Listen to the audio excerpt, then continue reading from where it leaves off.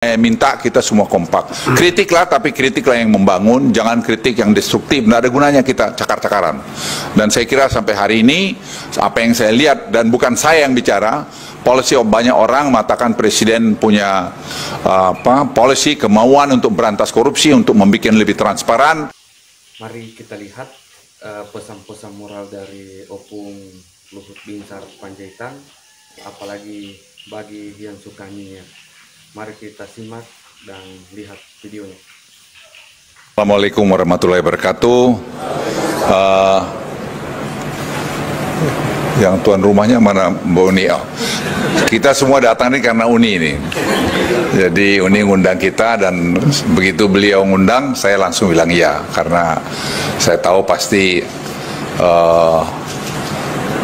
Uni ngatur sesuatu yang baik untuk Indonesia. Saya diminta untuk memberikan mengenai tantangan dan harapan mengawal pembangunan nasional menuju Indonesia Emas. Sebenarnya orang banyak nanya bisa nggak, tapi makin hari saya kesini, saya lihat makin yakin saya itu bisa kita lakukan. Nah, tuh dengerin tuh Bapak 16%. Maupun Imam Mahdi, tolong dengerin. Karena kita udah lihat polanya. Jadi pengalaman saya selama 3 kali Menko dan Kepala Staf Presiden dan beberapa puluh jabatan-jabatan kerjaan itu membuat bangsa ini bisa kok. Asal ada pemimpin yang kuat dan memberikan contoh yang baik. Dan juga konsistensi kita. Kalau Anda lihat slide, saya ini ada slide ya. Ini mudahkan, kita harus tumbuh 7-8%. Orang tanya, bisa nggak? Saya kemarin diundang 2 minggu yang lalu di Straits Times mengenai ini. Saya jelaskan sangat doable dalam perjalanan saya lihat.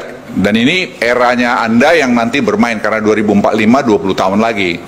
20 tahun lagi saya pikir saya udah check out lah. Ya, jadi kenapa saya katakan begitu? Saya cepat saja bicara karena kan kita lihat itu sebenarnya bagaimana kita membangun Indonesia ini. Harus ada pemerataan, harus tadi ada ekonomi di pedesaan. Nah, dengan dana desa saja kita itu udah 1,1 miliar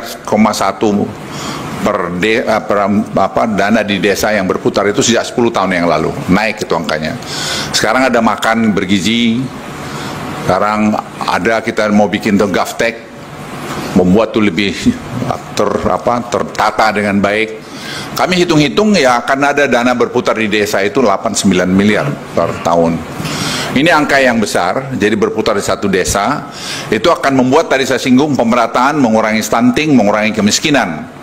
Ya, ini berjalan. Jadi pikiran Presiden Prabowo untuk bikin makan bergizi itu, kalau ada yang kritik-kritik sebenarnya jangan cepat-cepat ngeritik, tunggu lihat dulu. Kita ini kadang-kadang sok tahu, padahal waktu dia pejabat dia juga maling juga. Nah, pokoknya itu Ibu Banteng. Jadi kita tunggu aja lihat. Nah, sekarang sudah mulai kelihatan. Anda lihat muka anak-anak yang makan itu, mereka mungkin banyak yang jarang makan ayam, jarang makan telur, sekarang makan. Itu akan terjadi perputaran ekonomi nanti di desa itu, harus beli ayam, beli telur dan sebagainya. Ini yang disebut Profesor Mubiarto dari UGM, Ekonomi Pancasila. Jadi sebenarnya tanpa kita sadarin kita mulai mengimplementasikan apa itu ekonomi Pancasila. Jadi itu bagus. Jadi bisa nanti mendorong pertumbuhan ekonomi kita juga.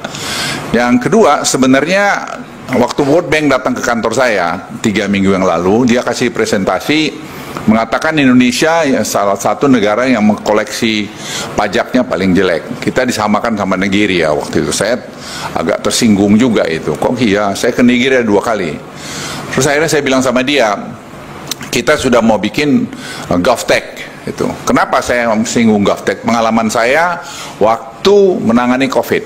Waktu menangani COVID, kita pakai Peduli Lindungi. Peduli Lindungi ini tuh dibuat anak-anak Indonesia. Jadi kita bukan import itu barang.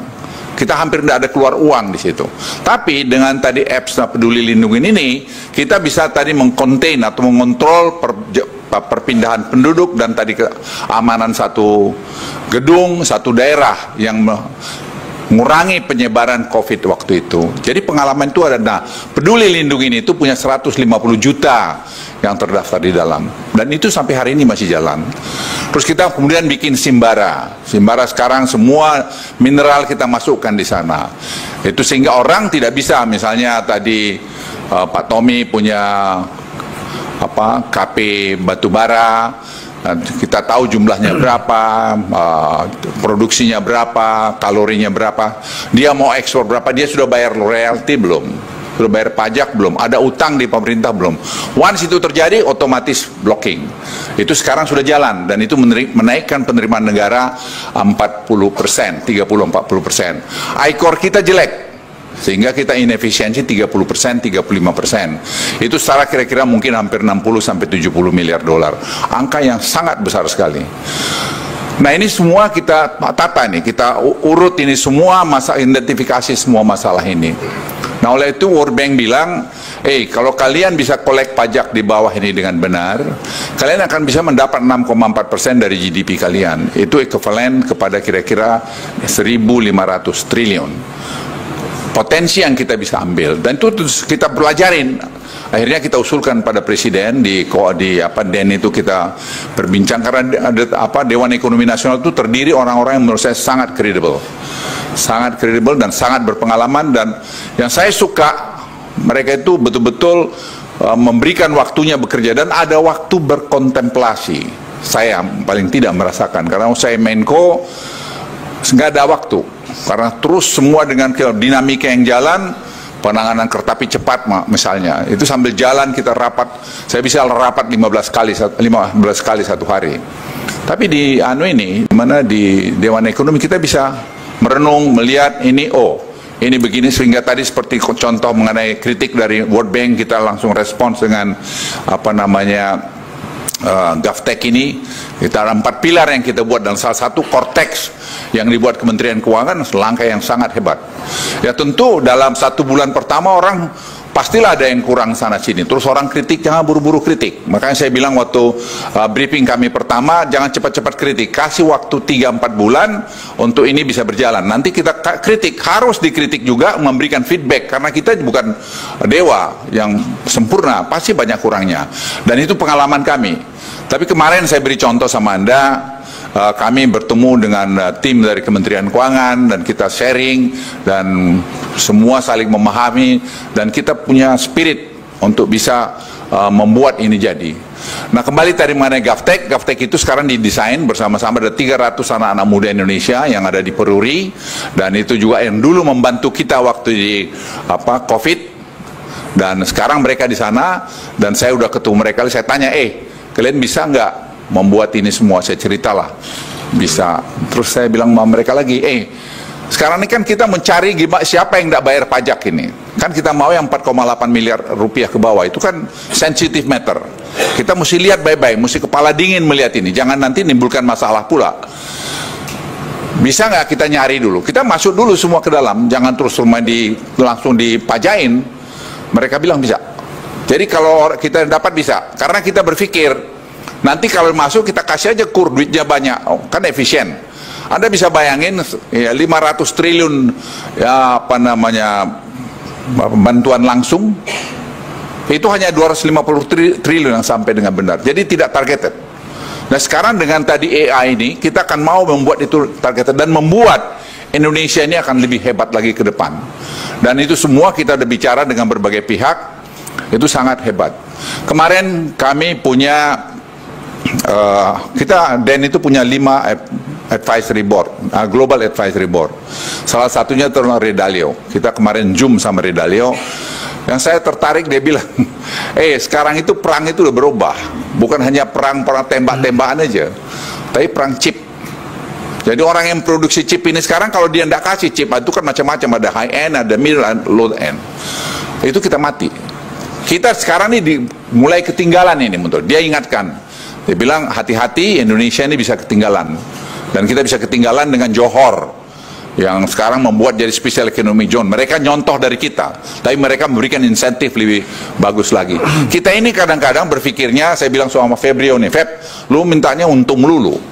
Orang kasih juga dong untung. Jadi hidup ini nggak bisa dong hanya untung doang. Jadi family office, kita lambat, sekarang mereka udah buat. Mereka udah buat, karena ada duit banyak yang mencari tempat singgah yang dia merasa aman. Dan si Ray Dalio bilang sama saya tadi kemarin malam, dia bilang, Pak Luhut, Bali, why not Bali? Bali is the size of Singapore. Make it Bali like Singapore. Jadi regulasinya, inkonsistensi regulasi di kita masih banyak. Maaf, pemimpin-pemimpin kita yang tidak konsisten. Hari ini bilang ini, besok bilang begitu. Itu tidak boleh. Saya sudah lapor Presiden, saya bilang, Pak Presiden, ini yang harus diperhatikan. Kenapa? Kemarin ada menteri dari Singapura datang ke saya. Dia juga dengan bahasa Inggris yang sangat halus, mari yang dampingin saya, menyampaikan komplain dia. Bagaimana kalau kita kan sudah begini-begini kok ada suara begini. Saya bilang, don't worry, when we promise, we're going to deliver our promise. Don't worry about this. Jadi apa yang saya ingin sampaikan pada Anda, potensi yang saya gambarkan tadi banyak sekali yang bisa membuat Indonesia ini lebih bagus. Global situasi ini, politik ini sekarang memang penting kita perhatikan. Anda tahu bahwa sekarang gas yang dikirim ke Eropa mulai mau dikurangin dan mereka alihkan ke Cina, itu akan merubah nanti bagaimana keadaan geopolitik di dunia ini. Dan kita senang sekarang kelihatan bahwa ceasefire akan terjadi di mana, di Gaza. Dan tadi malam saya ketemu dengan beberapa orang dari Eropa yang dia minta Indonesia untuk terlibat nanti membantu rumah sakit anak-anak di Gaza, yang nanti saya mau laporkan Presiden untuk kita nanti deploy, karena ada 13.000 kata Bu Maria, 23.000 anak-anak yang memerlukan misalnya kaki palsu, tangan palsu dan sebagainya, dan itu berkembang. Dan saya pikir saya nanti akan sarankan Presiden untuk itu nanti Indonesia juga membantu yang konkret kita bantu. Jadi saya kira itu satu, keadaan geopolitik saya sudah singgung, kita juga belum tahu bagaimana di Amerika dengan tarifnya si Trump ini, dia mau sampai berapa jauh. Tapi yang saya senang, tadi malam saya bicara dengan teman-teman saya di Amerika, mereka bilang, bagaimana kalau Indonesia juga dengan Amerika menyangkut critical mineral, ownership-nya bisa bersama. Saya bilang kita sangat welcome sekali. Dan sekarang intinya satu, yaitu kita harus saling menguntungkan. Jadi tidak satu untung sendiri. Dan negara Indonesia ini terlalu besar untuk berpihak kepada superpower manapun.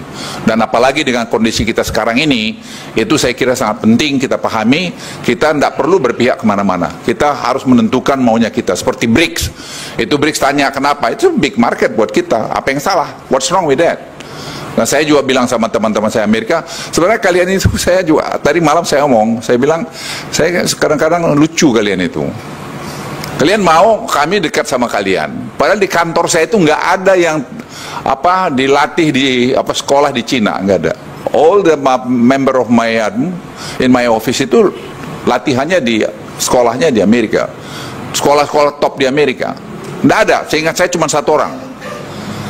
Tapi kalian juga nggak bantu kami. Kalau kami pengen kesini kalian marah, kami kan harus survive. Ya kami harus survive, nggak bisa dong. Saya bilang don't blame us, blame your policy.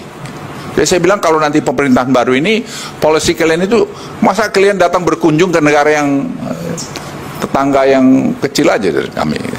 Kalian nggak lihat Indonesia, tapi oke lah. Tapi jangan marah kalau kami juga nanti berpedagang dengan tempat lain. Dan saya juga ingin sampaikan teman-teman sekalian, saya sampai pada kesimpulan, tidak ada negara maju, saya ulangi ya, tidak ada negara maju yang ingin negara berkembang jadi negara maju. Itu Anda pegang. Jadi we have to survive, we have to do it by our own. Itu menjadi penting. Kenapa? Kita kalau satu level sama dia nggak bisa dikte-dikte kita lagi.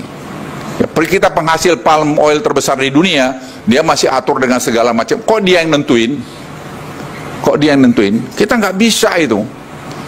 Jadi saya sudah minta pada Anda sekalian, kita jangan ragu-ragu bahwa negara ini negara besar, kita bagus. Dan saya kira dengan leadership yang sekarang, ya Presiden Prabowo itu di-quote paling banyak pidatonya, sekarang tinggal kita bicara eksekusinya aja. Dan kemudian kalau kita lihat pertumbuhan ekonomi dunia ini juga kurang optimal, inflasi mulai meningkat, Amerika mulai naikkan suku bunga sehingga dolarnya menguat. Ya rupiah kita tentu kena, dan kita saya kira kemarin di DEN kami udah mulai diskusi bagaimana polisi kita untuk ini. Dan saya katakan tadi Mungkin DEN ini yang menjadi bagian yang penting daripada proses pengambilan keputusan dari Presiden, karena sempat di sini dilakukan pengkajian yang dalam. Kemudian volatilitas dari keuangan global meningkat. Seluruh juga mata uang global terdepresiasi. Kalau kita lihat rupiah sebenarnya, kalau lihat persentasenya kita masih lumayan sebenarnya. Nah, tapi langkah-langkah dari DEN, karena banyak pakar-pakar di sana saya lihat, dan juga kita dengar pendapat seperti dari Redalio tadi malam, dia mengatakan kalau kalian konsisten dengan polisi kalian, Indonesia itu tetap masih menjadi tujuan investasi yang terbagus. Jadi dia minta seperti family office, terus kemudian special economic zone. Kita juga tadi mengenai semiconductor, kita bicara yang tidak usah yang high end, kita bicara low end. Saya bicara teman saya, istrinya Sehat Sutarja yang tadinya mau masuk ke ITB, dia membuat industri di ITB, tapi kita kurang merespons sehingga dia terlambat dan dia meninggal. Dan saya minta istrinya sekarang kita approach, dia mau apa, saya balik pertanyaannya. Jadi mau apa, nanti kita siapkan. Mau tetap di ITB, kalau perlu kita bikin ITB Special Economic Zone khusus untuk tadi semiconductor. Karena kalau tidak ada langkah-langkah yang agresif, kita akan ketinggalan. Nanti negara tetangga kita akan lebih maju. Kita tidak mau begitu. Karena ini juga banyak di antara Anda nanti akan memainkan peran ini.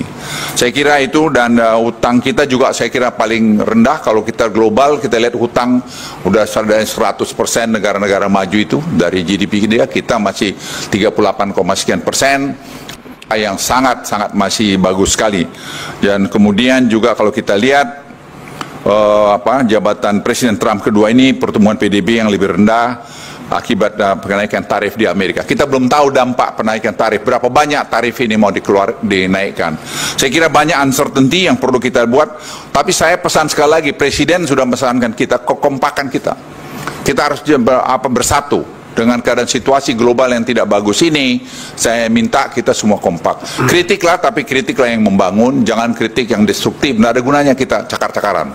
Dan saya kira sampai hari ini, apa yang saya lihat, dan bukan saya yang bicara, policy banyak orang mengatakan Presiden punya policy, kemauan untuk berantas korupsi, untuk membuat lebih transparan.